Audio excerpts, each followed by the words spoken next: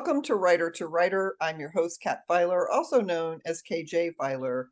This morning, my guest is T M Brown, also known as Mike. Mike and his wife, Connie, live outside of Atlanta, creating his fictional rural town of Shiloh, and its cast of memorable characters has conjured up many near-forgotten memories. And thanks to the recollection of his Pop and Poppa, the truth they espoused to Mike as a young man resonates in his stories. This is a quote from one of his other books, Testament. The testament of a man lies not in the magnitude of possessions and property left to his heirs, but the reach of his legacy long after his death. And that was your character, Theo Phillips. Mike's new book, a historical novel, The Last Laird of Sapelo, is based on the life of Randolph Spalding of Sapelo Island fame. The story dramatically portrays the challenges he and his family faced after Georgia seceded from the Union. Although Randolph and his famous father were against secession, he faces the challenges of preserving his land, family's legacy, and the people who have sworn to protect while defending his beloved Georgia against the approaching Union Navy in the first months of the war between the states. Mike, it's so good to see you. How are you doing? Fantastic, Kat. I'm so glad to be here with you today. Look forward to sharing on whatever I can to inform people a little bit about what's up with The Last Laird of Sapelo or in any of my other books. Well, as much as I wanted to have you on, I have been always sensitive to if a reader writes me or calls me or talks to me someplace and says, I would really like you to do this, author, and somebody did write to me and ask me if you would be on. So I was really happy that you said yes. I've got at least one fan then. All right. Oh, you've got a couple fans. And I don't always keep track of them because they aren't necessarily people I know, but they find my author email because it's on my website, and then and they know that I do this, and then they send me an email. And I'm getting more requests for people on this program than I am requests about my own book. There's that. Anyway. Well, so I would love for you to describe the time period for your novel. Yeah, the Last Laird of Sapelo, the actual story that's inside it begins in early 1861. The opening scene is Randolph Spalding in the spring of 1861, telling his family that there's a likelihood they're going to have to be relocated off of their beloved Sapelo Island and away from the coast of Georgia because of the looming Union naval fleet that's sailing southward after the guns at Fort Sumter were fired. So it kind of covers from early 1861 to actually only 1 year. The story itself with Randolph Spalding ends in 1862, March of 1862. In the storyline, other than my last chapter jumps to 1868 when the family returns back to Sapelo, sans Randolph Spalding because he passes away during in the story, and so it's his widow and his kids that come back to Sapelo in 1868. So it kind of ties the story up. But it makes references to the decade leading up to this, and then into the story. So it doesn't get into fighting the Civil War. I'm not, we all know how that turned out. Yeah. It's talking about the impact the war had on individual families and the people that lived along the Georgia coast, and how relationships that they had and what they had to go through and endure as the war broke out. Very interesting. So what inspired you to write about this time period, and why this story now? Now that's an interesting question because I'm somebody who enjoys writing what strikes me as a story that needs to be shared. And back in 2019, following a book event that I had attended, I talked my wife into us going to Darien, Georgia, under the prospect that my current Shiloh series might have a new book based in Darien. Oh, I was looking for a Shiloh-esque kind of small, quaint town okay. along the coast where I could write a good story, with my main characters. We got to Darien. I nosed around. We spent a few days there. The following summer, we went to Sapelo Island, still intent on possibly writing some kind of story like that. And during the tour of the island, which was given to us by a Geechee descendant, J.R. Oh, Grosvenor, okay. it was a godsend opportunity. But J.R. Grosvenor is a descendant of the original enslaved workers that were on the island that returned back to the island following the Civil War. And he shared a lot of very candid conversations and landmarks that were happening in the summer of 2020 to me. So when I went back to Open Gates Bed and Breakfast, which is in downtown Darien, I learned more about what happened to Darien during the Civil War. And matter of fact, I wonder if many people do remember the movie Glory with Matthew Broderick? Oh, yeah. He was the young colonel that led the black troops for the Union, and they Oh, went in yes. and Okay. they burned down the town. Yeah. Well, the town was Darien. It was a real life Oh, event. Happened in oh, 1863. okay. There's the burning of Darien Museum that that exists. So anyway, I learned more about that. I'm a history nut. The owners of the bed and breakfast, Open Gates, Zach Rath and his wife Carrie, handed me this voluminous book. It was an academic history book by Buddy Sullivan, who wrote about the history of the Georgia Tidewater. And I started reading through it. I got up, I'm an early riser. I went down to the library so my wife could sleep late. And I started reading, and all of a sudden my mind shifted when I realized the Spalding's legacy on Sapelo. Yeah. And as I was reading about Thomas Spalding, who was the Ben Franklin of Georgia, he was a U.S. senator during Thomas Jefferson's presidency, and there's just so many links there that Thomas Spalding was famous for. But I didn't want to write about him because everybody's written about him. But Yeah. what I did realize is that he had 15 kids and only 5 made it to adulthood and outlived their parents.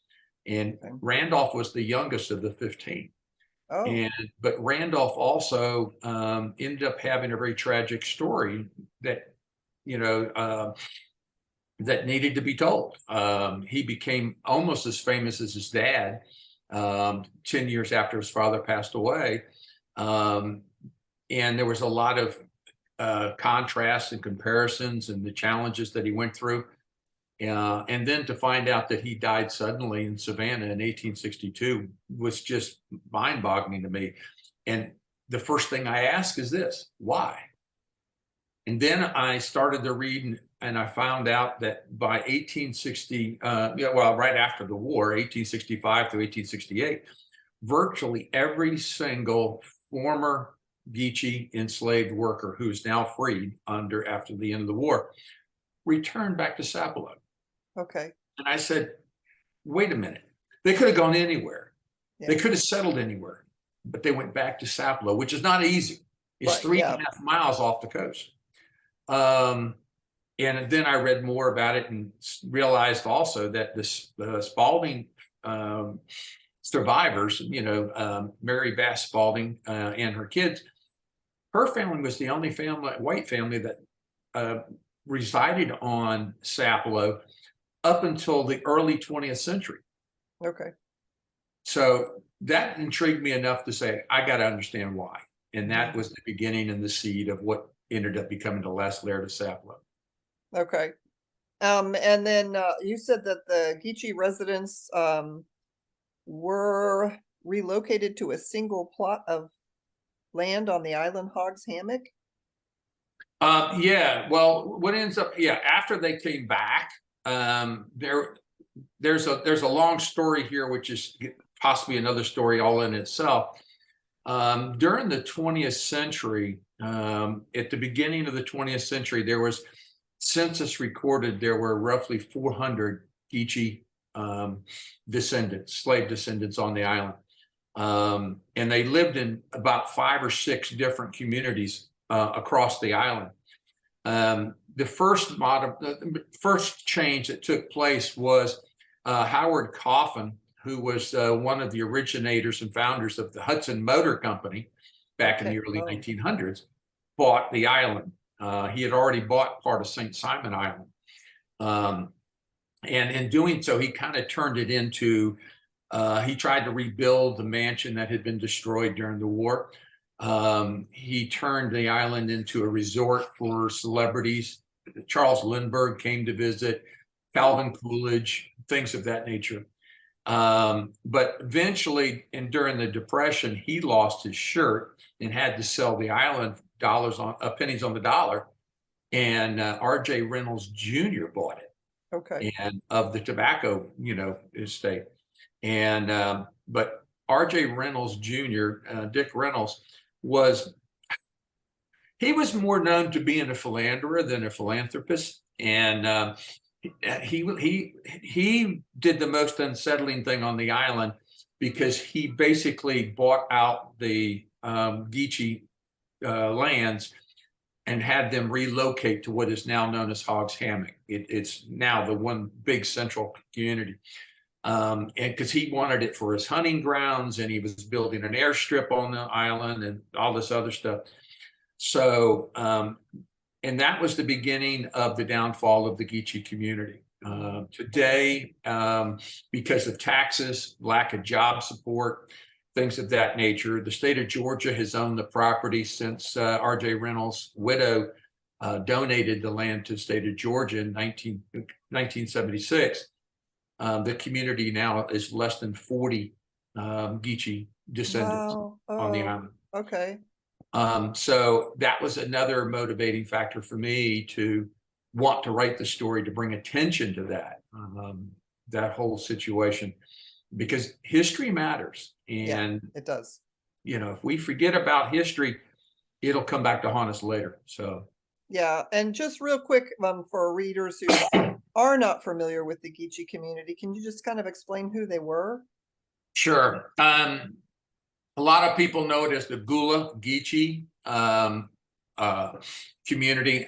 They were the African slaves that were brought over about 150, 200-year period in the American past. And they became the workers on the rice plantations, and ultimately the sugarcane plantations, and then obviously the cotton plantations in the 19th century, when the cotton gin kind of boomed everything, for that. So, and they brought a lot of traditions with them. A lot of our songs, music, foods, all have Gula Geechee roots. As I understand this, and it gets confusing, but the Gullah or Gula people are more associated with the South Carolina Barrier Island and coastal plains. And the Geechees are more referred to as being along the Georgia coast, although they share a lot of ancestry. Okay, they're West Indian, I think.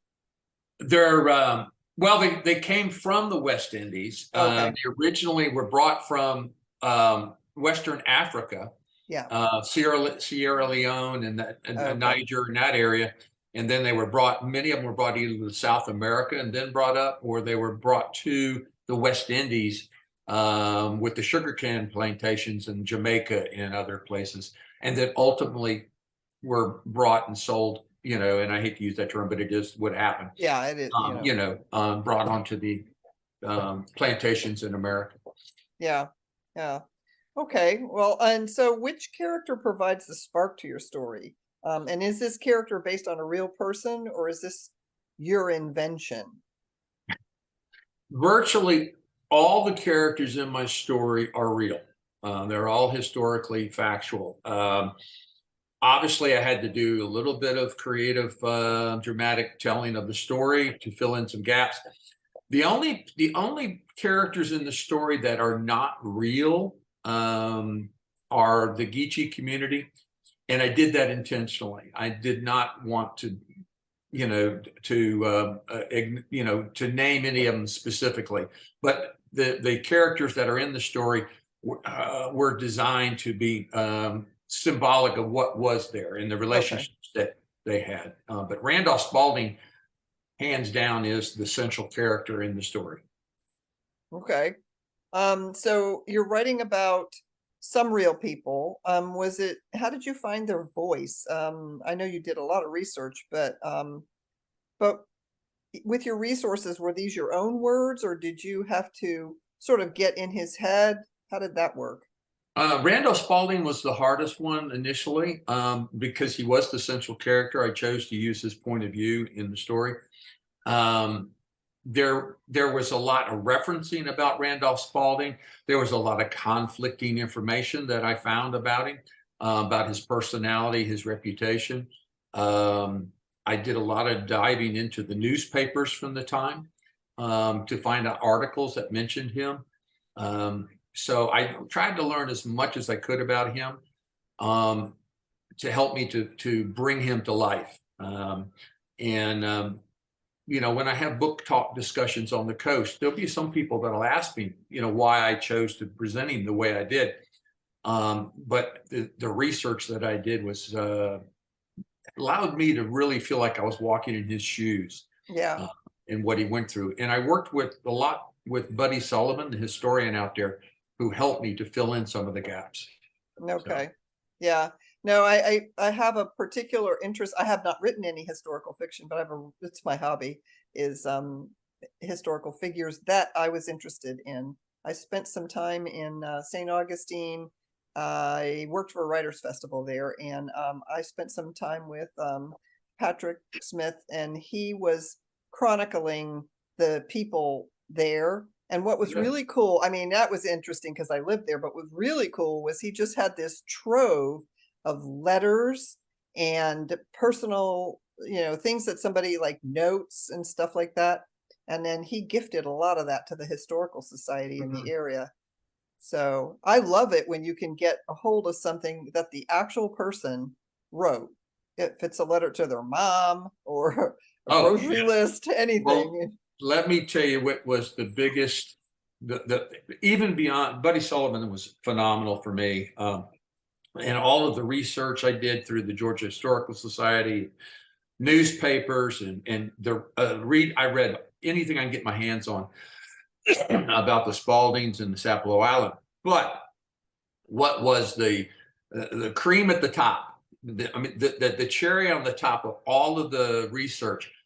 And Mr. Peter Lucken reached out to me when he saw what I was writing. And he told me that his wife is a Spalding descendant. Oh, okay. They at that time, they lived in LaGrange, Georgia, which is, about not even 30 minutes away from me down I-85. And when I went there to visit with him on his invite, I found out that him and his wife were the province caretakers of the Spalding Wiley family archives. Wow. We walked into this home, and it was like walking into, I don't want to use the word museum because that might sound wrong, but there's a famous painting that I kept seeing, not just Thomas Spalding, but of Sarah Spalding, Thomas Spalding's wife. It was painted in 1803 in France while Thomas Spalding was having audience with Napoleon. And having an audience with Napoleon meant that you showed up and waited to be called. So he had his wife painted, and that actual painting was hanging on their wall as we walked in. I almost passed out right there. Yeah. There's all the handwritten journals that were written by Charles Spalding, which is Randolph's brother. And I relied a lot on Charles Spalding's writings. Also, the Wiley family, who are the descendants of the Thomas Spalding as well. They wrote an awful lot about the Spalding legacy, and that was a huge impact. And Peter and his wife, Mimi or Miriam Willingham Lucken, have moved from LaGrange, and they had just built a home on Sapelo Island. So when I go for my book launch next month, while I'm there, we've been invited onto Sapelo Island for another Oh, personal tour of the island with Peter and his wife Miriam. oh, how nice. Um, Oh, so that's that was exciting. well, that was like the exclamation point of understanding the family. And he told me some stories that, only an ancestor would know about, would know, and a descendant would know. And that just gave affirmation to where I was in the story. Well, it sounds like the research is the fun part for Oh, you, or at least a lot of it. it was 3.5 years of a lot of hard work. Yeah. Well, yeah, I personally, yeah, I get caught up. If I can get any kind of a lead on anything personal, I get caught up, and it sounds like you really hit the mother load on that. Yeah, yeah. Yeah. So There what was was, time. I was going to say this to you real quick. As an author, because I know you can relate to this, I'm in here writing the story. I'm like, well into the story and writing it, getting it set up. And I would go and meet with somebody like Peter Luckin, where I would find some information when I went back to Darien a couple of times. And I would go, oh, darn, I need to go back. yeah, And I had to go back and modify a couple of things to make sure everything was as historically accurate as I could make it, and wanted it to be that valid. yeah. So that was always the fun part, but it also, aged me a little bit while I was writing that book. I bet some sleepless nights or yeah. And one of the draws for me to historical fiction, it was a draw for me on your books, besides meeting you, was the fact that it's really possible to read fiction and learn an awful lot about history. It's like you sneak that in, you know? Yeah. Well, I love history. Yeah. Oh yeah. Well, it's hard to get the kids to read sometimes, but if I can point them at a book, sometimes you sneak stuff in and they learn something, even when they don't think they are. They Young think people today are historically ignorant. I hate or naive. I'm not an, sure which. an awful lot of them, although I think that may have something to do with what community you're on. My daughter had no sense of history when we were living in Florida because Miami isn't really the South. Florida is parts of it, but Miami is not. It's an international city, and you don't have any sense of being part of the South. So she didn't really have any connection to history, but she just moved to New Hampshire, and holy God, sometimes I don't even want to get her started because she has become a historian in her Wow. new environment. She goes, the first place she took me when I landed, where she took me over to the Historical Society there in little tiny Chichester, which is where she lives, and they Sure. kept me there for 2 hours. Oh yeah, yeah. But the cool thing was they had pictures of her home from the 1700s. She lives in a home that the estate was built in the 1700s. The house was built in 1811 or something like that. And so, so if the kids are growing up in a community like that, then they probably do. But so many people live in a big city and they don't have any sense of history. Well, the So, South is, compared to the North, for yeah, sure, is, it's an infant because it had to rebuild. Most yeah. of the South, went through major changeover and turmoil and destruction. So yeah, I can relate to that. I went to go visit my daughter up in Massachusetts, and I love going up there because my wife and my wife is a converted Yankee, Oh, and okay. she's got her roots in Massachusetts and Pennsylvania and all that.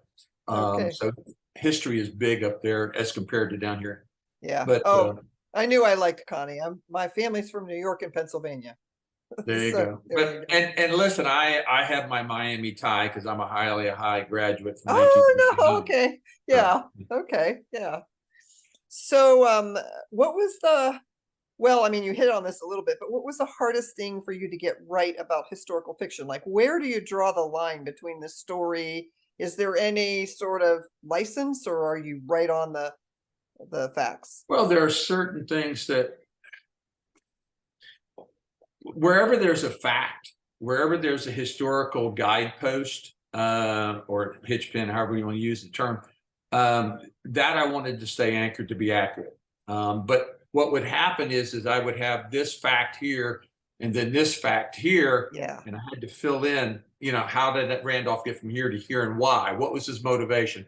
What likely got him there? And so that took a lot of gut-wrenching research, and because I wanted to make sure whatever I created, it was plausible, credible, and believable. And I'd like to say at this particular moment, all of the advanced reviews have been mind-boggling to me. And I have to keep coming off my cloud, every time I read one of them. I mean, if you were to read, I've read, well, that's why I was reading your books, but your reviews are amazing. I'm surprised you don't need new hats because you're just well, I swelling. could share you with a couple of new ones. We could do it at the end, but because the one I just got today, which will be a book cover blurb, was amazing, and I'll save that for the very end. Okay, oh, that's a deal. So, are you working on anything new? What I had in my mind is, and my wife knows, I've got a couple of stories that I have. I've got people with my Shiloh series begging me to come up with the number 4. And then there is this sequel to the Last Laird of Sapelo that I'm waiting to see how this goes, and so is the publisher. And Koehler Books is already got me contracted, so I can go to the next book, if this thing goes the way we hope it does. And that would be The Last Mistress of Sapelo, which would be the story of Mary Bass Spalding and the family's return to Sapelo after the war. There was a lot of things that went on in the family. More tragedy befalls the family.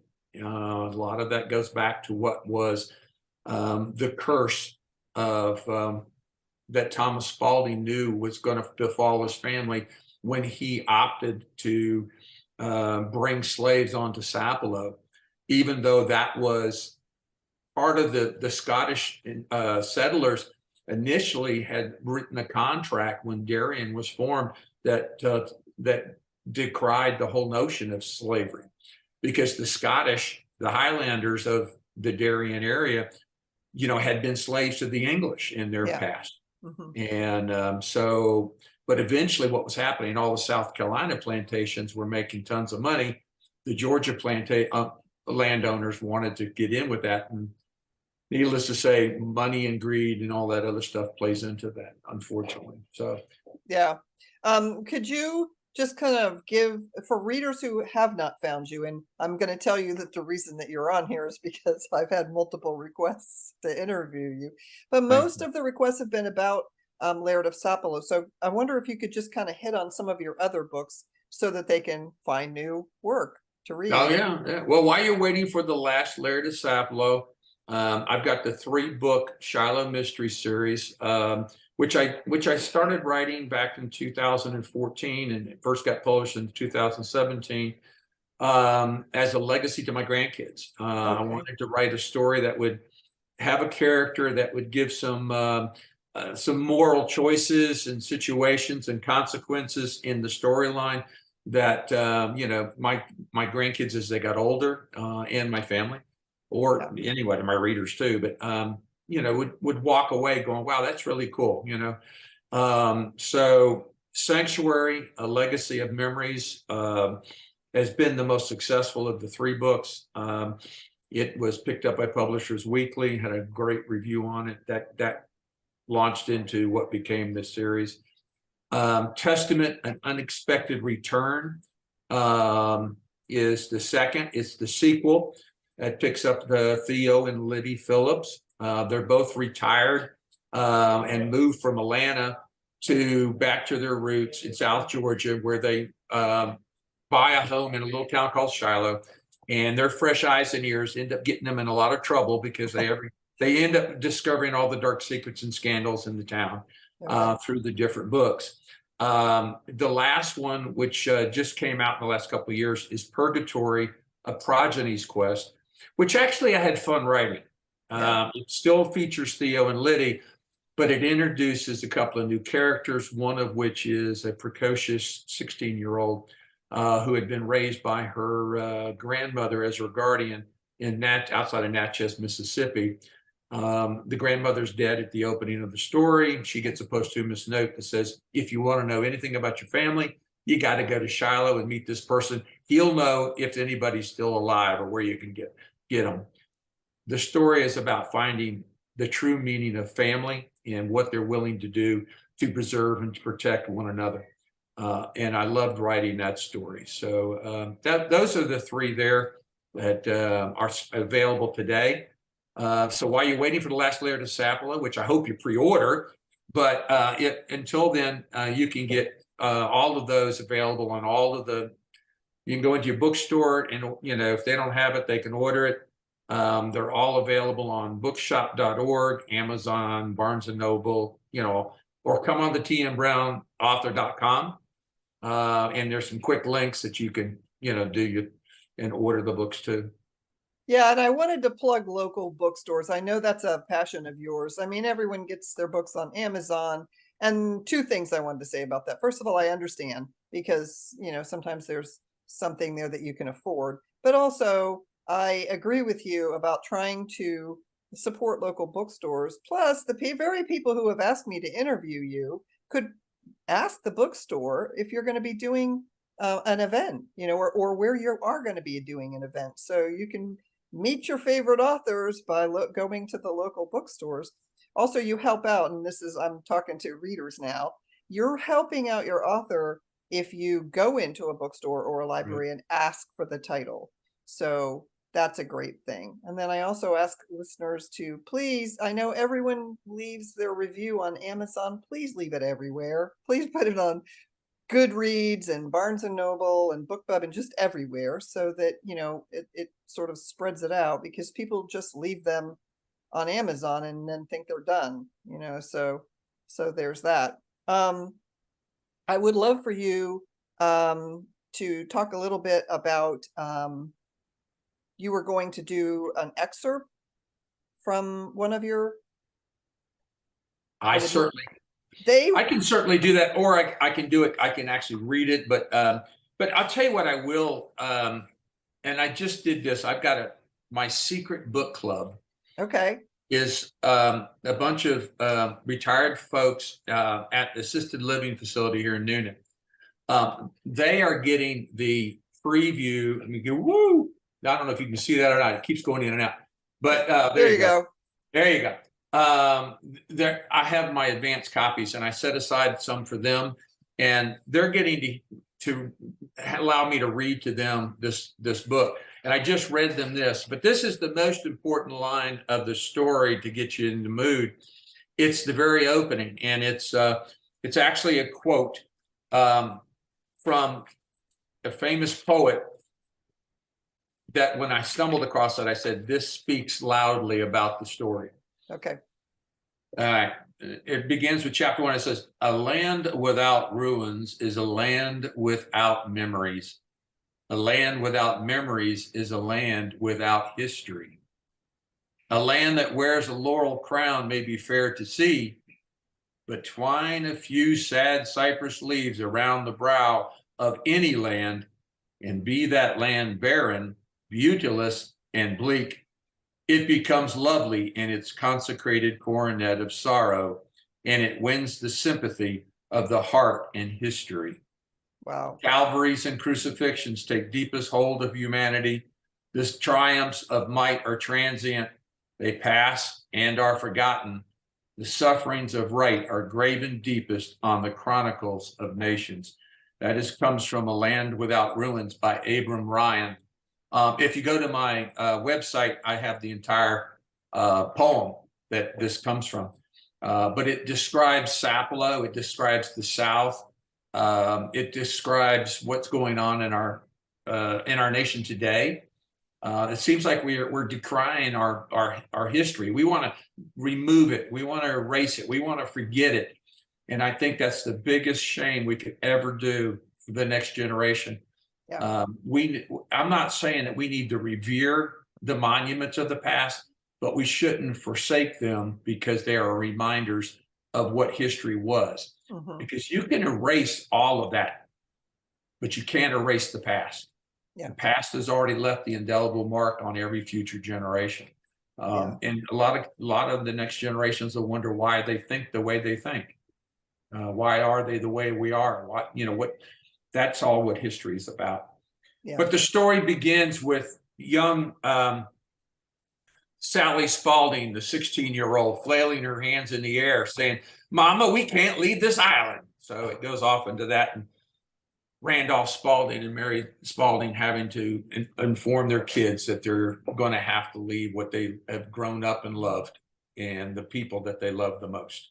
Wow. So that's how it begins, without me boring everybody with reading. No, no. And, sorry, my husband has talked to me about why I'll read a book again and again. And I said, it's a little bit weird, I guess, but that's where my favorite characters live. And if the author doesn't write more, then that's the only place I can go back and get to know those characters. And I'm a sucker for a really good character-driven story. I fall in love with the people, and I just hope that the author keeps them alive. And you've been really good about that. So, We try. I try hard. yeah. I try hard. Yeah, I think of them as little, I mean, I know they're based in real places, but I think of them as little universes unto their own, and they're alive in there. So, yeah. Absolutely. Yeah. Well, Mike, is there a question I haven't asked that you would really like me to ask? Kat, I'm going to tell you, I'm just tickled to death to be on here.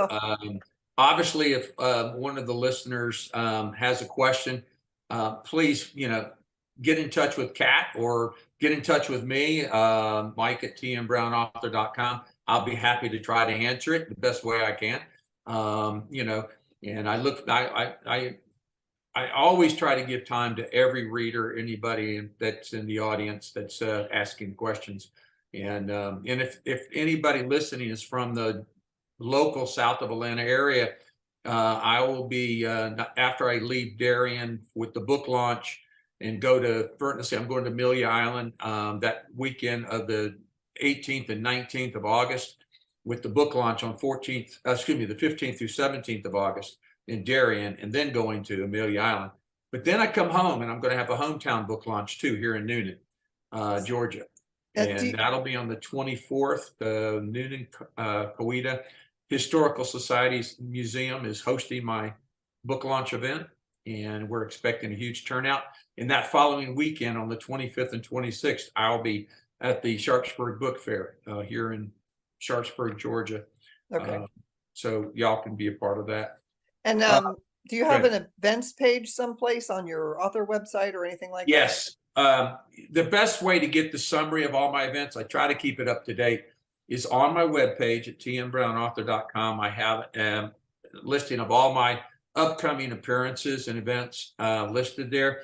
If you need to know more about any particular event, you can certainly go to my Facebook author page, which again is at tmbrownauthor. And I try to provide more details where I can with that. I try not to over clutter more than I have to. But if you go and you subscribe, I'll try to keep you updated as best I can. I'm not the best with all of that stuff, but I try my best. And you're not hard to find.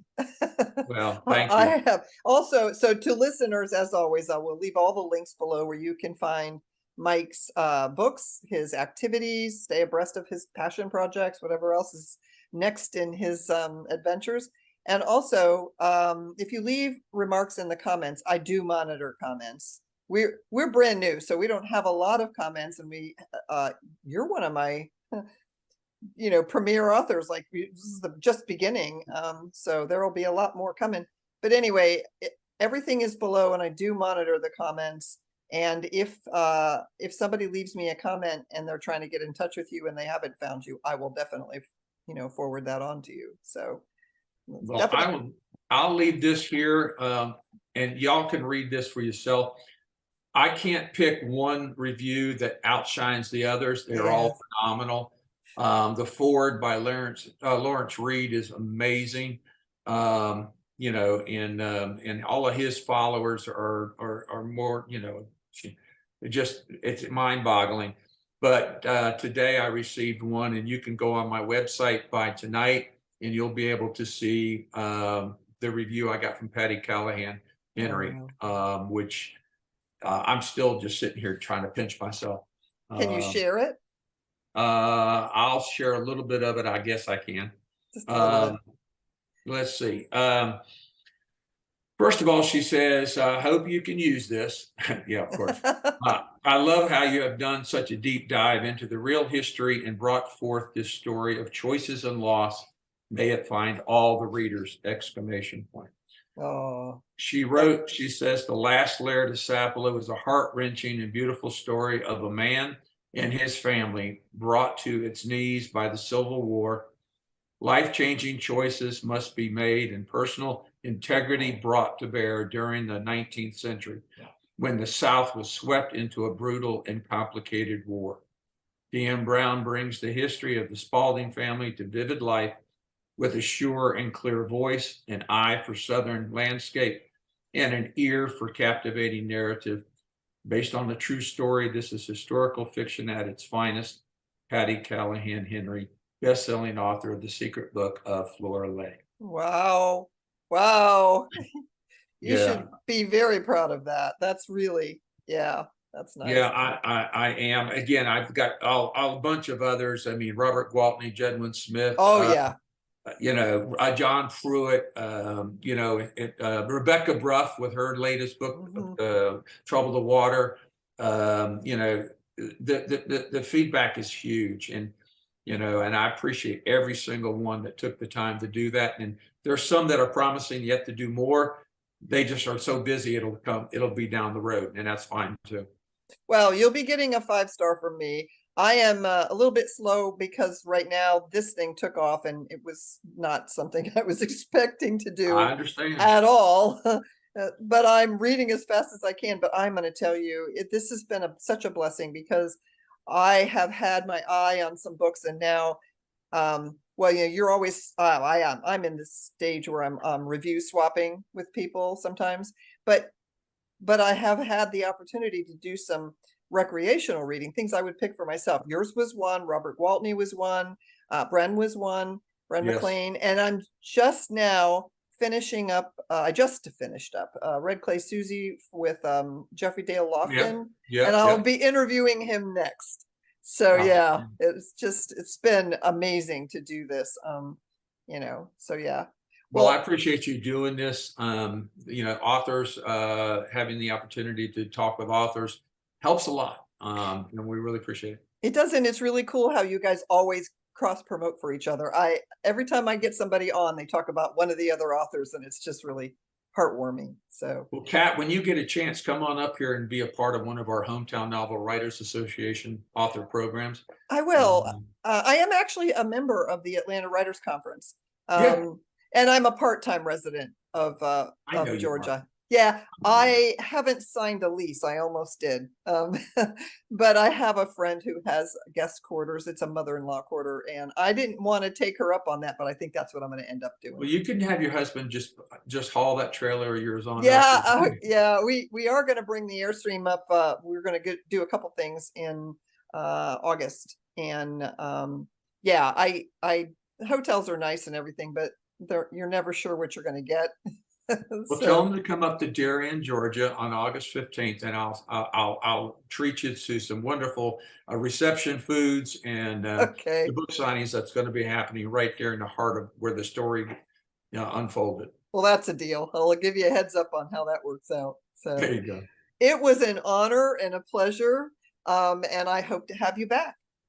Thank you, Kat. Thank you very much. My pleasure. Thank you.